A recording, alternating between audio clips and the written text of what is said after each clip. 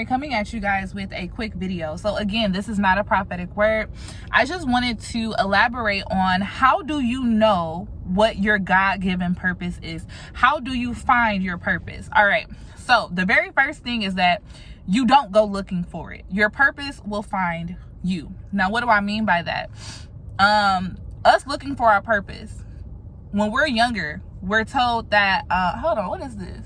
When we're younger, we're told that we need to figure out if we're going to be a doctor or all this other stuff, right? From a very young age, we're told that we have to select these different careers as what our purposes are going to be, right?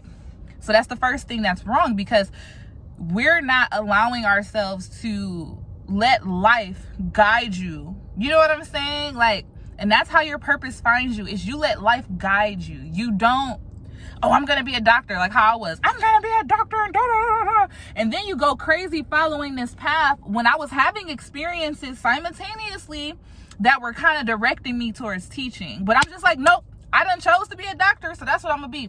And that's why I say you don't go looking for it, because if you go looking for it, then you'll end up being focused on the wrong thing. Does that make sense? Because that's what we do. Like, if somebody tells us that we're going to become a teacher, every opportunity after that, we're just going to look at teaching. We kind of, and God, a lot of times when he's trying to reveal our purpose to us, it's a lot of repetitive things that happen. So for example, for me, I knew that God has purposed me to be an encourager and a teacher. An encourager because I'm always mentoring. I've always been a big sister. Just naturally, young women will just come up to me and start calling me their mom, their big sister, like stuff like that. So that's always happened my entire life. So I'm used to the whole encouragement and mentorship part, because look, that's what I walked in. Your purpose is something that you do without thinking about it. It's true service, because God wants us to be servants, right? So God has placed in each and every one of us something that we can do without worrying about it. What do I mean without worrying about it? You have some people that go to work and they're like, oh, I gotta go to work to do this.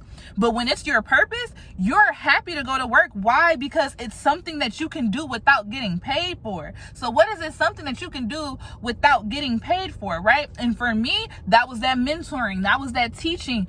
And I used to always say, I don't want to be no teacher. I don't want to have to look after no kids. I promise y'all, I used to say that all the time while still tutoring, doing teaching jobs and teaching roles and stuff like that. But I'm just like, bro, I don't want to be a teacher, because I was like, well, you know, job security and money and all the headaches and all this other stuff. And the whole time along, that's what God wanted for me. And so this is why I say, one, you allow your purpose to find you. Two, your purpose is going to look like something that you enjoy doing without getting paid for it already. It's something that's already some sort of service to other people that you do. Oh yeah, and that's the other thing. Your purpose finds you. And what else do I mean by that? The other thing is that you can have a lot of experiences that are very similar, and it can be God trying to wake you up to your purpose. So in my case, I kept getting a lot of teaching opportunities. That's all I would get. I'm a straight science major. I should be working in research labs, but all I kept getting were teaching opportunities. And not only that, people kept telling me, I see you as a teacher. You'll make a great doctor, but I really see you as a teacher. God is going to speak through other people. You have to be careful with that though, and always ask God for clarification, because sometimes people can speak against that, what God has for you as well, and try and distract you and have you do something else.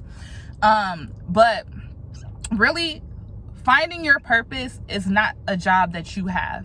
Really, all you have to do is just pay attention to your life and what God is showing you, because a lot of your experiences is what shapes your purpose. You go through what you go through so that you can be purposed to help someone else, so that you can be of service to someone else. Like, it'll be really hard for you to mentor young women if you've never been mentored yourself, or if you've never mentored someone else. You kind of get what I'm saying? It's like the experiences that you've had, they've shaped your purpose. God, because everything that happens for a reason.